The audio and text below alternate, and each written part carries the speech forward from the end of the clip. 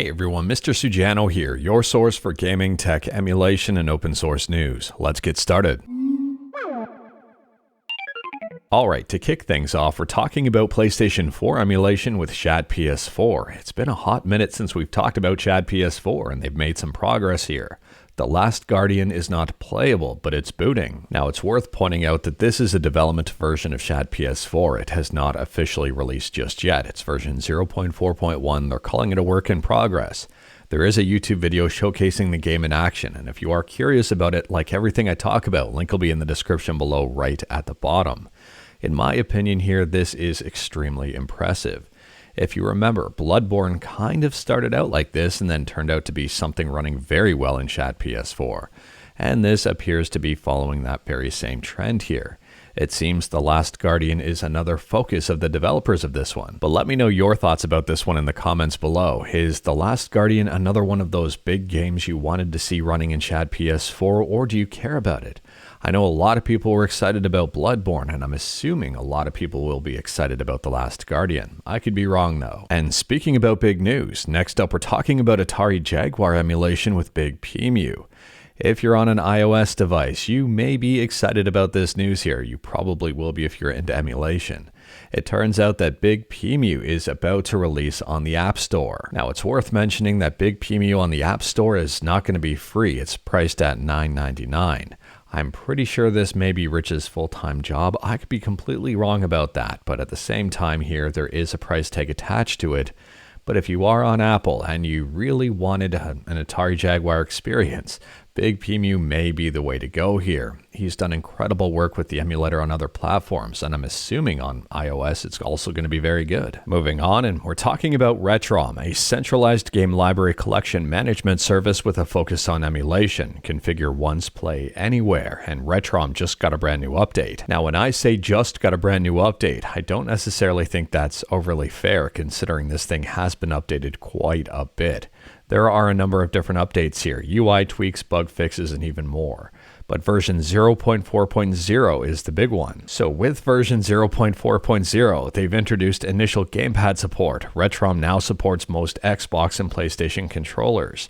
And they've also implemented full screen mode. Full screen mode is now available in the view menu item. From my understanding, Retrom is still pretty early on in its overall development journey, if that makes sense to you. I mean, they've implemented quite a bit here, they've achieved quite a bit, but there's still a ways to go, and the developer behind this one is extremely active. And for those who are still a little bit unclear about Retrom, it's basically a self-hosted cloud gaming library service. Next up here, we're talking about a very interesting article I saw over on Screen Rant. It's titled Horizon Zero Dawn Remastered's Failure Could Reshape PlayStation's Future. And there's some very interesting points in here. This article is an opinion piece, but they do say Horizon Zero Dawn Remastered isn't performing well. The interest in this remaster wasn't there to begin with.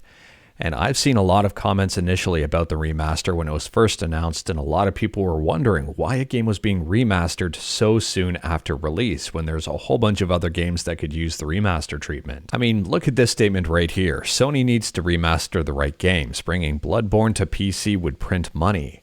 I would tend to agree with this. I mean, I've seen the popularity of people excited about Shad PS4 running Bloodborne. And that's a very niche community for a very niche thing.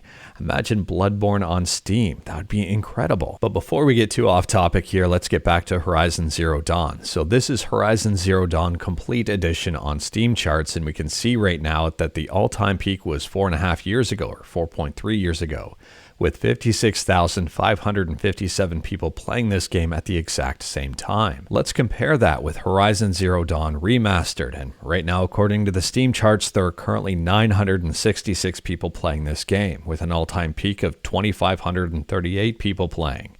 And that is a really, really low number in comparison with the Complete Edition.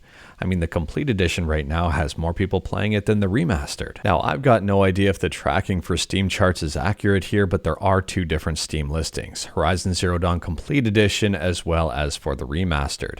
Now, the Remastered is currently sitting with an overall mixed review score with just over 1,000 reviews, where Horizon Zero Dawn Complete Edition is sitting at a very positive review score with over 30,000, with over 90,000 reviews. So, I mean, there is a huge difference in overall adoption just just based on the review scores, and even a huge difference on the reviews. So obviously we've got to take a look at the most recent reviews here, and these are the most recent for Horizon Zero Dawn Complete. They say special movement like climbing and riding could use some work, but otherwise great visuals, mechanics, and story.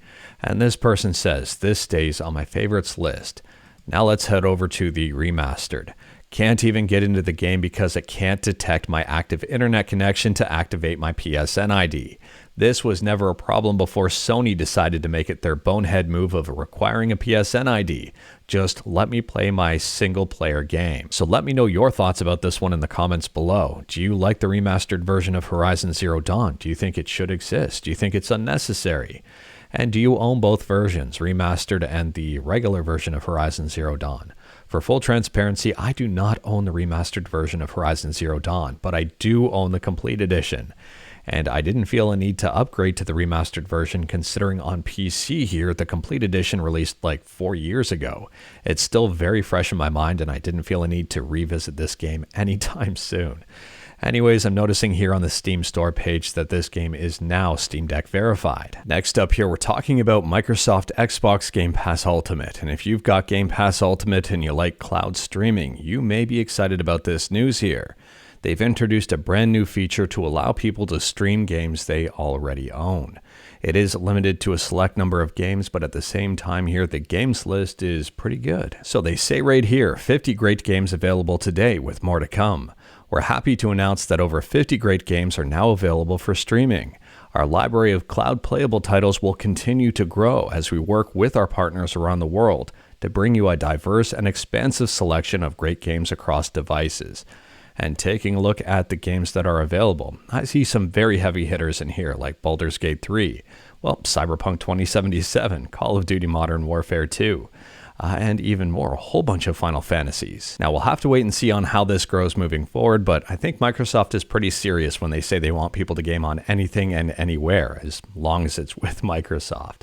Let me know your thoughts about this one. Next up, we're shifting from Xbox to PlayStation, and PlayStation has unveiled their Black Friday deals for 2024. Now we knew about some of these already because of leaks and early announcements.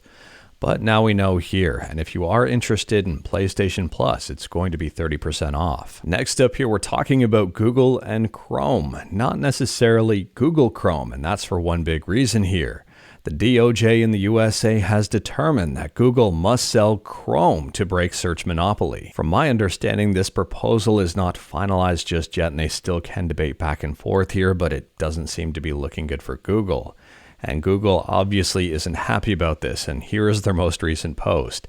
DOJ's staggering proposal would hurt consumers and America's global technological leadership. So we're going to have to wait and see on this one to find out what the final verdict is and what Google's going to have to do. I've got no idea who's going to be able to buy Chrome, because it's probably going to be super expensive given the fact that, one, Chrome is hugely popular and widely adopted, and also because Google doesn't want to sell it. I mean, why not price it super high at an almost unattainable price to incentivize people to pay more for something you don't want to sell? And on top of that, apparently the door for selling Android is still wide open, and Google may have to sell that too. We'll have to wait and see here, but at the same time, I don't use Google Chrome really. I use it very little. So it's not really impacting me on who buys it next, but it could change up things dramatically. Given the fact that it costs a lot of money, I'm assuming a big company is going to buy it and probably change how it works. And speaking about Google or YouTube here and big companies, next up we're talking about Nintendo. Now, I think we talked about this one in the past. Maybe we didn't, but I'm pretty sure we did. There was a mod for Goldeneye 007 on the N64 that allowed you to play in Princess Peach's castle. The video here had over 1 million views and was blocked by Nintendo. Interestingly here, it wasn't flagged for copyright, it wasn't flagged for really anything like that. It was just flat out blocked, and this person's channel did not get a copyright strike. As far as I know, the mod is still up and available to download, and there are a bunch of videos of this one online. Nintendo is probably going to have to try to play whack-a-mole here to take them all down.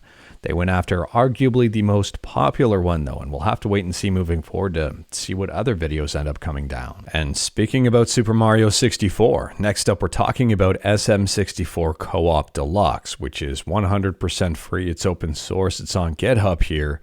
and it's an online multiplayer project for the Super Mario 64 PC port, and it just got a brand new update. So at the time of filming, SM64 Co-op Deluxe version 1.0.4 is the latest update.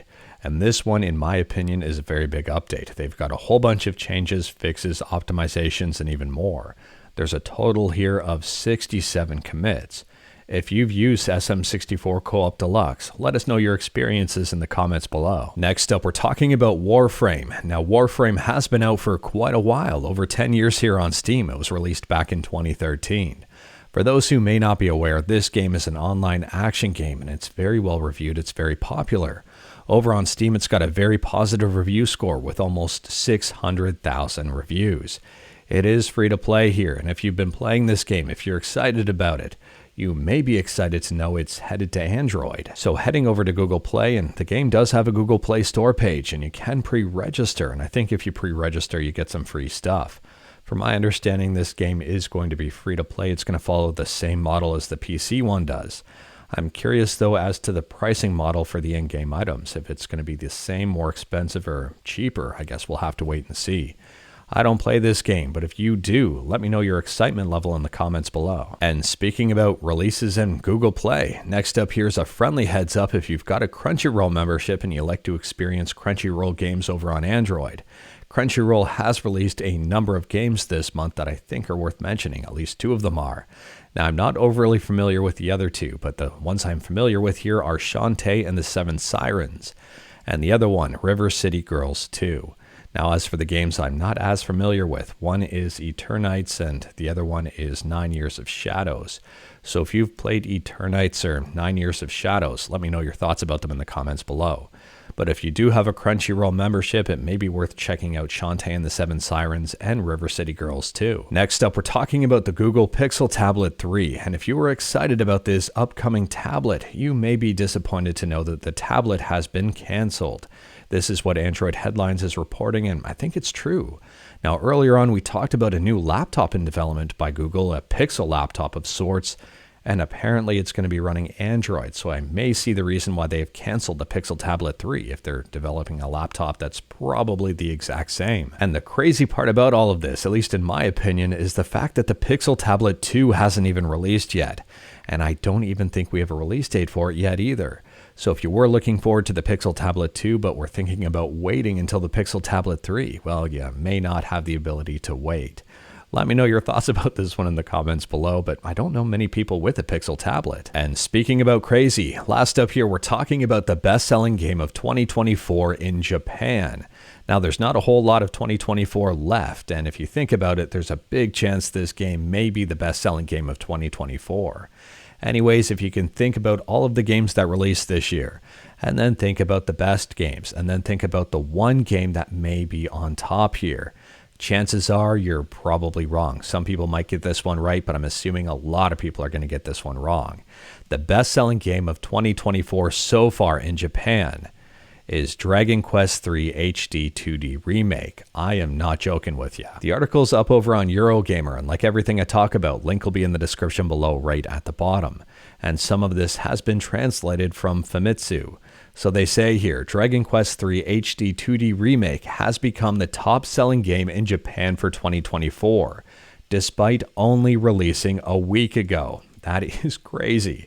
According to estimated figures shared by Famitsu, the Switch version is the top-selling game of the past week, with 641,195 copies sold, while the PS5 version is in second place, with 180,575 copies sold.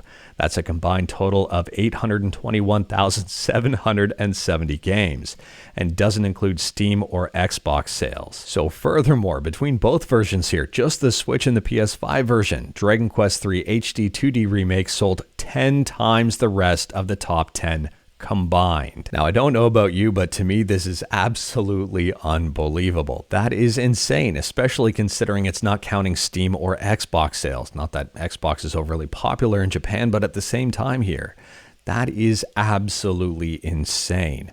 I mean, talk about a very popular game and one that, well, is probably raking in a ton of money. So taking a look at the Steam charts for this game, and, well, it's doing better than Horizon Zero Dawn Remastered. This to me is unbelievable, and I'm hoping here that this inspires more retro remakes in the future. Let me know your thoughts about all of this in the comments below.